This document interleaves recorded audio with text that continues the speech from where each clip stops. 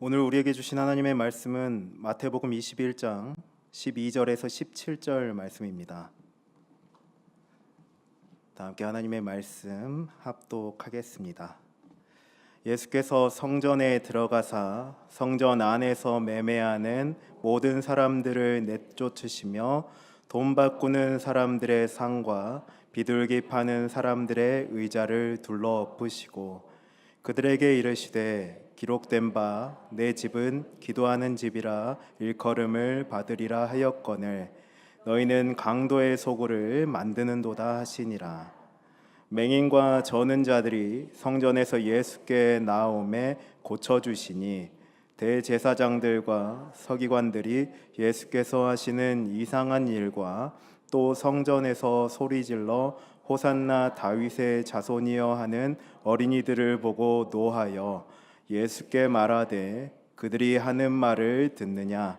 예수께서 이르시되 그렇다. 어린 아기와 젖먹이들의 입에서 나오는 찬미를 온전하게 하셨나이다 함을 너희가 읽어본 일이 없느냐 하시고 그들을 떠나 성 밖으로 베다니에 가서 거기서 유하시니라.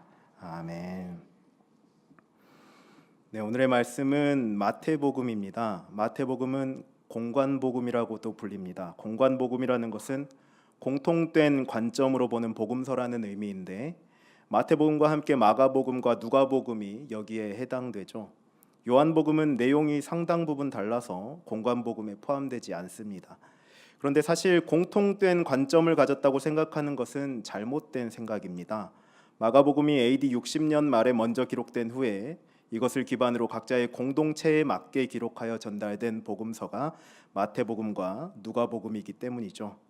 마태복음에는 유대인들이 사용하는 표현들이 많이 등장하고 있기 때문에 누가 수신자라는 것을 알 수 있을까요? 유대 그리스도인들 공동체를 수신자로 설정하고 기록했을 가능성이 높습니다. 누가복음은 여러 사건들을 이방인들의 시선에서 이해하기 쉽게 설명하고 있고 데오빌로 가카라는 로마 고관 혹은 고위관직의 이방인 그리스도인을 수신자로 지목하고 있다는 것을 통해 이방인 그리스도인 공동체를 수신자로 두었다고 볼 수 있습니다. 이렇게 마태, 마가, 누가복음서가 서로 공통점은 많지만 세 복음서 모두가 같은 의도로 기록되지는 않았다라는 것을 알게 됩니다. 다시 말해 똑같은 사건을 다루더라도 문맥이나 저자의 의도에 따라 관점이 서로 다를 수 있다는 것이죠. 그렇게 된다면 각각의 복음서들을 볼 때 어떻게 보아야 할까요?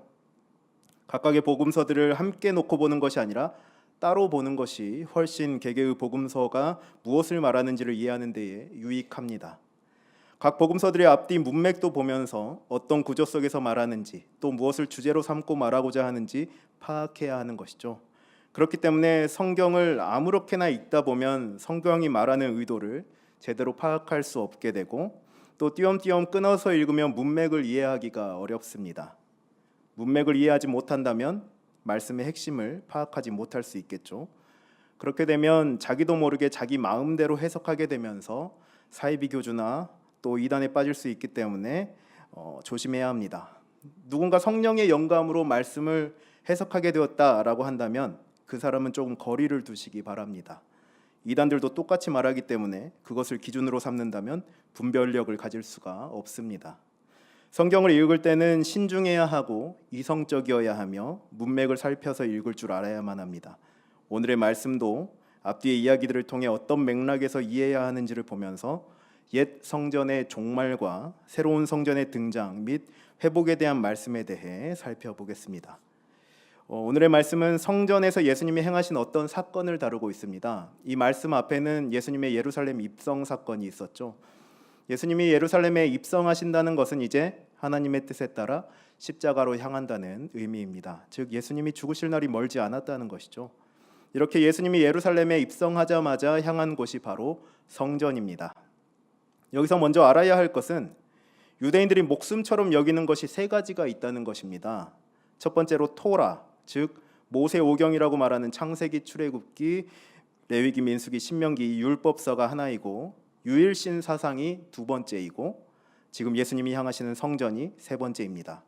이 세 가지는 포로기 이후에 유대인들 안에서 확립된 것들이죠. 이것들을 건든다면 그들은 자신들의 정체성을 흔든다고 생각하기 때문에 굉장히 민감하게 반응합니다. 그런데 지금 그들의 심장부인 성전으로 예수님이 들어가고 계시죠. 12절을 보게 되면 성전에서 매매하는 모든 사람들을 내쫓으셨다고 나옵니다. 그리고 돈 바꾸는 사람들의 상과 비둘기를 파는 사람들의 의자를 엎으셨다라고 말하죠.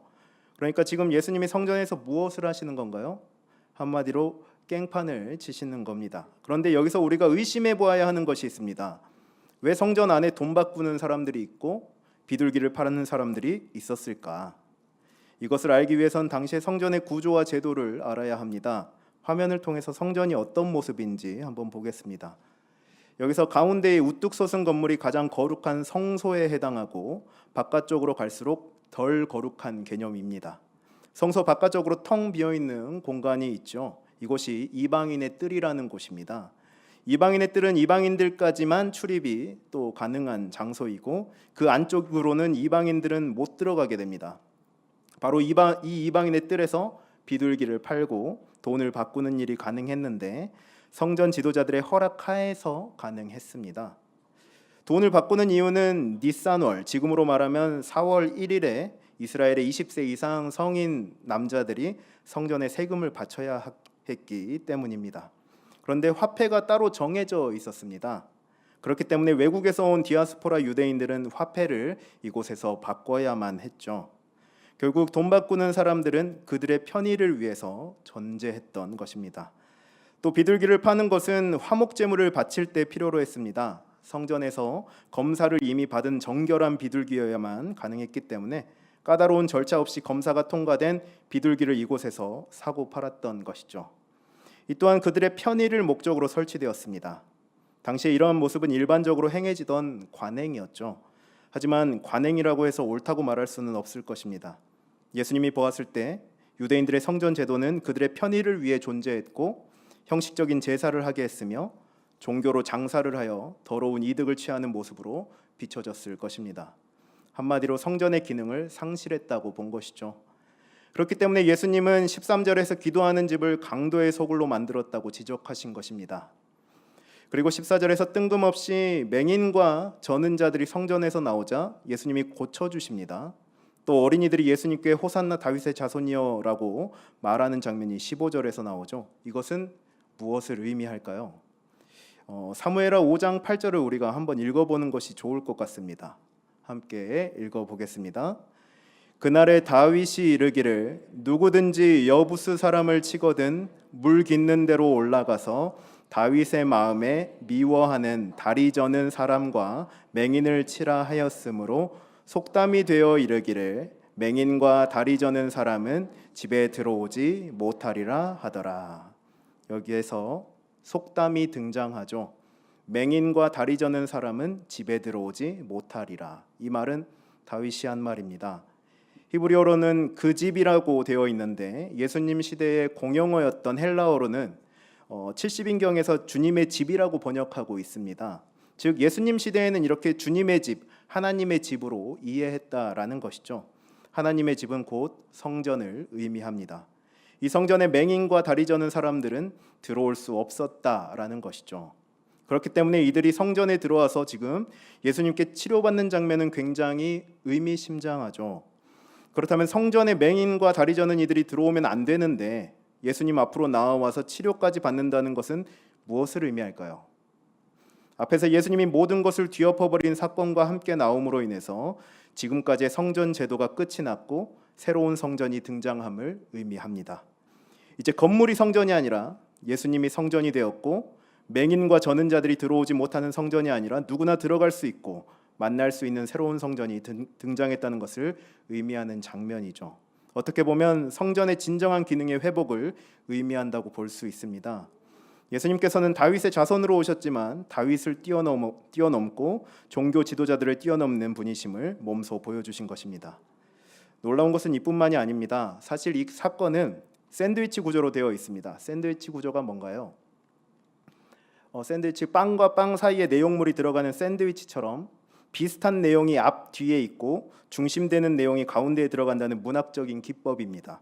자, 그렇다면 오늘 말씀이 어떻게 이 샌드위치 구조로 이루어졌는지 보도록 하겠습니다. 성전 사건 다음에 무슨 사건이 나오나요? 우리가 읽어보진 않았지만 18절부터는 무화과나무를 저주하신 사건이 나옵니다.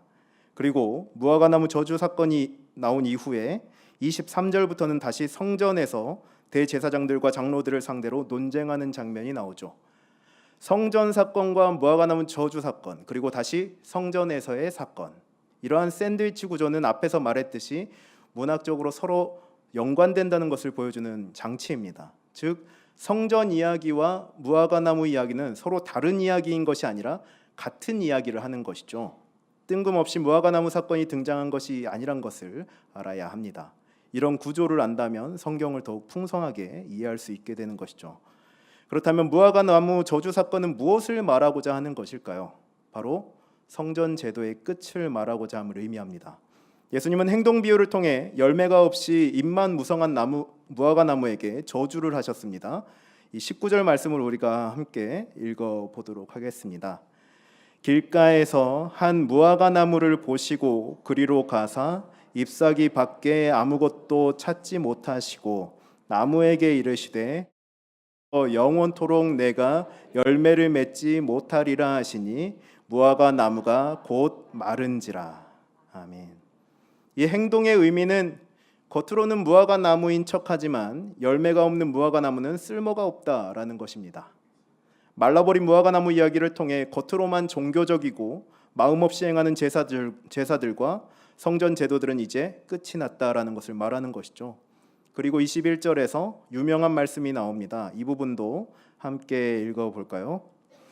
예수께서 대답하여 이르시되 내가 진실로 너희에게 이르노니 만일 너희가 믿음이 있고 의심하지 아니하면 이 무화과 나무에게 된 이런 일만 할 뿐 아니라 이 산더러 들려 바다에 던져지라 하여도 될 것이요. 아멘. 우리는 믿음에 대해 이야기할 때 이 말씀을 자주 사용했을 것입니다. 그리고 이것을 놓고 기도를 했을 때 산이 옮겨지지 않은 안타까운 경험을 많이들 했을 것입니다. 그러면서 나의 믿음은 이것밖에 되지 않은가 좌절했겠죠. 그런데 여기서 등장하는 산을 많은 학자들은 성전이 있는 시온산이라고 보고 바다에 던져지라는 표현을 통해 유대인들이 목숨과도 같이 여기는 시온산의 성전은 결국 끝이 났다라는 것을 말한다고 할 수가 있습니다. 그렇기 때문에 22절에서 너희가 기도할 때 무엇이든지 믿고 구하는 것은 다 받으리라고 말하는 부분은 옛 성전의 운명과 관련하여 새로운 성전의 등장을 말하는 구절이 되죠. 이전에는 성전에서 기도하고 구했지만 이제는 옛 성전의 종말과 함께 새롭게 진정한 성전 되신 예수 그리스도 안에서 기도한다면 그분의 뜻대로 다 받을 것이라는 말입니다. 또 뒤에 성전에서의 논쟁이 나오는데 권위에 관한 논쟁입니다. 유대인들에게 있어 성역인 성전은 누구도 건드려서는 안 되는 곳인데 예수님께서 건드렸다는 것이죠. 그렇기 때문에 23절에서 당신이 뭔데 무슨 권위로 이러한 일을 한 것이오라고 묻는 것입니다. 그런데 예수님은 이에 대해 다른 질문을 던짐으로 굳이 대답하지 않습니다. 왜냐하면 예수님은 이 성전보다 더 크신 분이기 때문이죠. 마태복음 12장 6절을 우리가 함께 읽어보겠습니다. 내가 너희에게 이르노니 성전보다 더 큰 이가 여기 있느니라. 아멘. 이후에 등장하는 비유들도 다 종교 지도자들을 비판하면서 천국은 순종하며 받아들인 죄인들의 것이라는 비유를 하십니다. 지금까지 말씀을 살펴보았습니다. 결국 성경에서 말하고자 하는 것은 성전 제도의 종말입니다. 더 이상 이 땅의 성전 제도에 얽매일 필요가 없습니다. 왜냐하면 예수님이 그들의 성전보다 더 크시며 진정한 성전이 되시기 때문이죠. 예수님이 성전을 허물고 사흘 만에 짓는다고 말했다고 거짓 증인이 재판에서 주장할 때 예수님은 침묵하셨습니다. 그런데 결국은 어떻게 증명하셨나요? 예수님은 사흘 만에 부활하여 진정한 성전이 되심으로 증명하셨죠. 아직도 유대인들은 무너진 성전과 성벽을 바라보며 통곡하여 기도하지만 그들의 기도는 2000년 전부터 그저 허공에 맴도는 메아리가 될 뿐입니다. 성전은 기도하는 집입니다. 그 사실은 변하지 않습니다. 그렇기 때문에 우리는 진정한 성전이 되시는 예수님 앞에서 기도해야 하죠. 항상 성전 되시는 예수님 앞에 서야 하고 의심 없는 믿음으로 서야 합니다. 그리고 예수님 앞에서 기도할 때에 믿음을 가진 사람들은 자신의 안위만을 기도하지 않는다는 것을 명심하시기 바랍니다. 자신의 안위에만 집중하는 것이 아닌 복음을 위한 사역과 믿음 안에서 형제들을 위해 그리고 이웃들을 위해 기도할 때 그 기도를 예수님은 기쁘게 들어주실 것입니다. 그렇지 않고 형식적으로 예배드리며 내 편의를 우선하고 자기의 이익을 위해 예수님을 이용하고자 한다면 우리는 말씀에서 나오는 무화과 나무처럼 말라 죽게 될 것이고 종교 지도자들을 향해 외치신 예수님의 분노가 우리에게로 향하게 될 것입니다. 그러니 먼저 예수님 앞에서 하나님의 나라와 의를 구하고 마음 다해 진정으로 예배드리며 구원하심의 기쁨과 감사로 매일의 삶을 살아낼 수 있는 저와 여러분이 되기를 간절히 원합니다.